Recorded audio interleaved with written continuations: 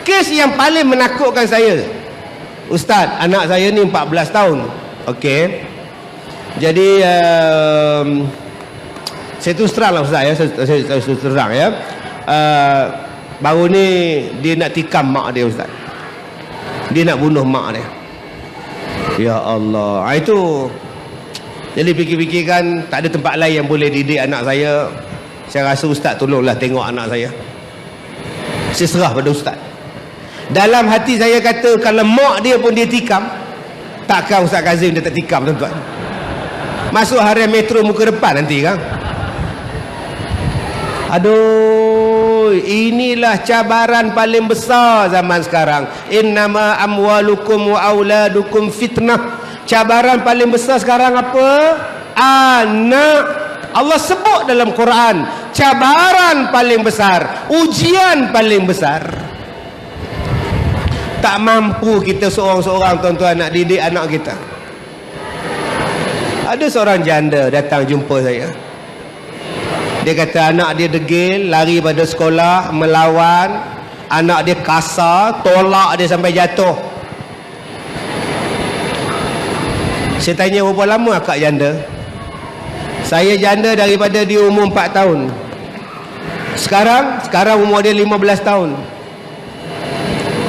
Kenapa akak tak kahwin? Saya tak percaya dengan laki-laki Ustaz. Laki-laki tak boleh percaya. Semua sama je. Saya kata saya tidak. Yang pernah faham, tak faham sudah.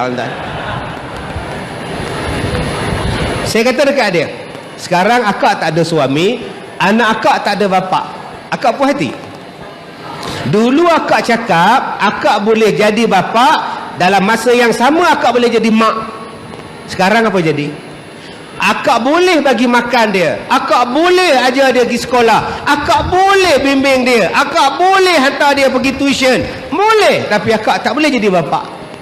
Dengan sebab akak tak boleh jadi bapa, dia tak takut pada akak, dia tak hormat pada akak, sebab dia tahu akak ni lembut hati dia.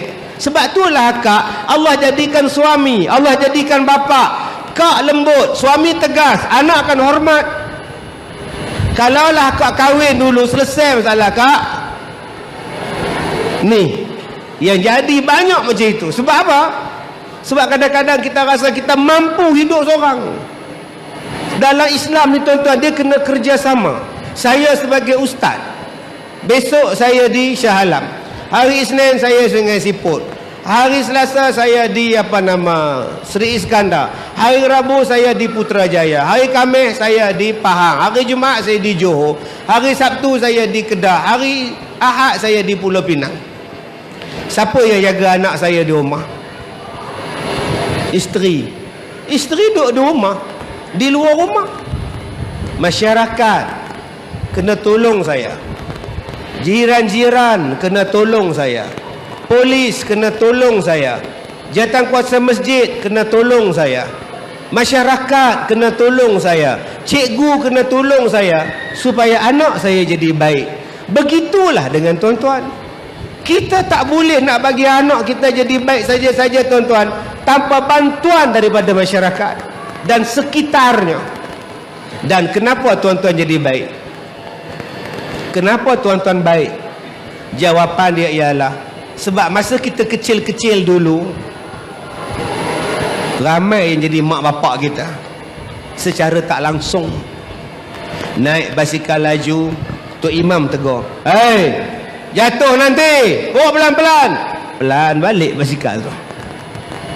Terjun sungai, daripada pokok terjun sungai, ketua kampung berhenti, "Hai, balik, hujan tu, nanti kepala air turun, mati korang, balik ke hutan kang." Balik.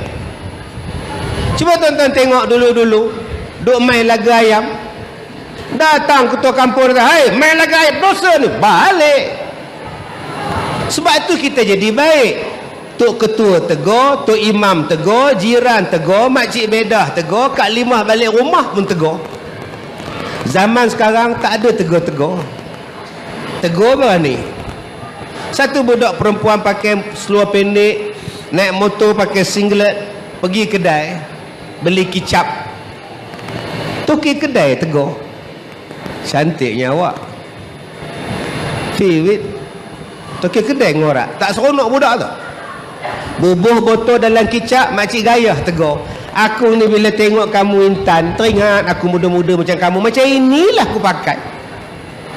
Bila lalu dekat berhenti dekat traffic light, sambil seokok orang sebelah buat. Lagi seronok. Bila sampai di rumah, jiran pula tegur. Mana Tan?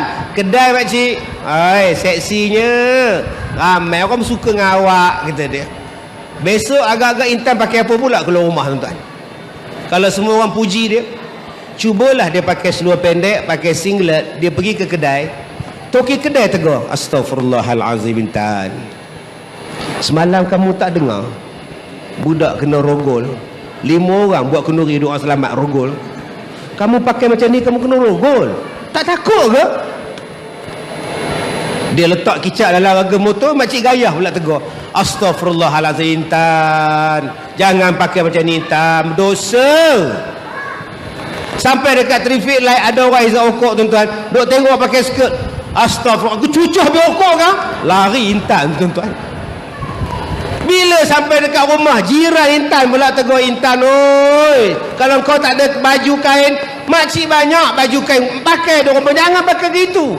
Agak-agak Intan nak keluar rumah dah besok, tuan-tuan. Tak ada siapa yang menegur, yang melarang. Sebab tu dia jadi jahat. Sebab tu tuan-tuan, kita masyarakat kena kerjasama. Satu. Yang kedua, bagaimana nak bagi anak jadi baik? Baru nak masuk tajuk wakaf membina keluarga sakinah. Baru nak masuk tajuk, tuan-tuan. Ustaz dah sejam lebih, Ustaz. Yang tu mukadimah, tuan-tuan. Salah satu cara nak bagi tenang jiwa, wakaf. Sungguh, tuan-tuan, orang yang wakaf ni, orang yang rajin derma ni, orang yang rajin tolong orang, orang yang rajin bantu orang, Allah bantu dia balik. In tansurullah yansurkum. Allah bantu dia. Sungguh, tuan-tuan, kalau kita bantu orang, insya-Allah Allah bantu kita. Saya tengah-tengah malam hospital telefon. Datuk, boleh datang ke hospital tak? Boleh. Kenapa kak? Nurse saya dari hospital ni, ada satu pasien saya ni kanser. Dia duk sebut nama ustaz. Jadi kami tengok harapan dia tipis. Boleh tak Datuk datang tengok dia kejap? Tengah malam pergi, tuan-tuan. Tengah malam. Tak pernah saya menolak. Kena ada dah sakit buat sakit, panggil orang apa hal pula ni. Sebab saya tak tahu besok anak saya pula. Bila saya pergi, tuan-tuan, botak kepala dia, pakai topeng, muka saya pun pakai topeng. Saya buka topeng saya. Kenal tak siapa saya ni? Meleleh air mata, tuan-tuan. Meleleh air mata dia. Dia angguk kepala. Ustaz Kazim ni, ustaz dia suka kalau dah jodoh. Mak dia cakap, yang bapak dia mengadap cermin tingkap, tak gamak duk menangis kat cermin. Saya menyanyi, tuan-tuan, kalau jodoh tak ke mana. Nampak? Dia minat. Ada orang marah saya menyanyi tu, tuan-tuan. Oi, takkan saya nak menyanyi lagu lain pula, dia minat lagu tu. Takkan nak menyanyi balik kampung, tu namanya kalau dah bodoh. Saya genggam tangan dia, saya baca doa dekat dia. Baca doa, nyembang dengan dia. Tuan-tuan, saya balik ke rumah 2 jam, nurse telefon, ustaz, dia baru meninggal, ustaz. Allahu Akbar. Allah, macam pagi tadi. Sebulan dah isteri dia telefon, ustaz, datanglah tengok suami saya. Suami saya ni dah 6 bulan tak boleh bangun. Tak sedar, ustaz, tak ingat apa dah, tapi duk sebut Kazim. Oh, sudah, tuan-tuan. Baru hari ni saya sempat pergi, pagi tadi. Betul, tuan-tuan. Bila saya sampai, saya pegang tangan dia. Air kencing duk bertabur di bawah ni. Saya pegang dia. Abang, ni kenal tak Ustaz Kazim? Nangis isteri dia. Ya Allah, dia kenal ustaz. Saya je tak kenal pula. Sudah, tuan-tuan. Allah Ta'ala bagi tu. Saya baca, insya-Allah saya datang lagi. Saya kata kita buat bacaan doa, mudah-mudahan abang sihat. Tuan-tuan, salah satu yang nak bagi sihat, nak bagi tenang rumah tangga, nama dia sedekah. Nama dia sedekah. Sedekah ni power, tuan-tuan. Tapi sayang, kita tak ambil power yang ada pada sedekah. Nabi sebut apa? Tabassumuka an wajhi akhika laka sadaqah. Senyum pada orang pun sedekah. Apatah lagi kita sedekah zikir. Tuan-tuan bayangkan, zikir ni menghapuskan dosa. Sampai sahabat tanya pada Rasulullah, kalau tiap-tiap hari dia berzikir, dosa dia dah habis, dia berzikir lagi, dosa apa yang nak dihabiskan? Kata Rasulullah, dosa jiran-jiran dia. Untung tuan-tuan kalau kita dapat jiran yang kuat berzikir. Allahu Akbar. Untung kalau kita dapat jiran yang Nabi sebut, jiran yang bila masak satu makanan, dia bagi pada orang sebelah. Untung tuan-tuan kalau kita dapat jiran, dia masak, kita dapat merasa. Tetapi celakalah kita kalau kita dapat rezeki, kita dapat makanan, jiran tidur dalam keadaan yang lapar. Orang ini adalah orang yang celaka. Dia makan dengan lena, dengan sedapnya, tidur dengan lenanya, jiran sebelah rumah dalam keadaan lapar. Celaka orang ini, tuan-tuan.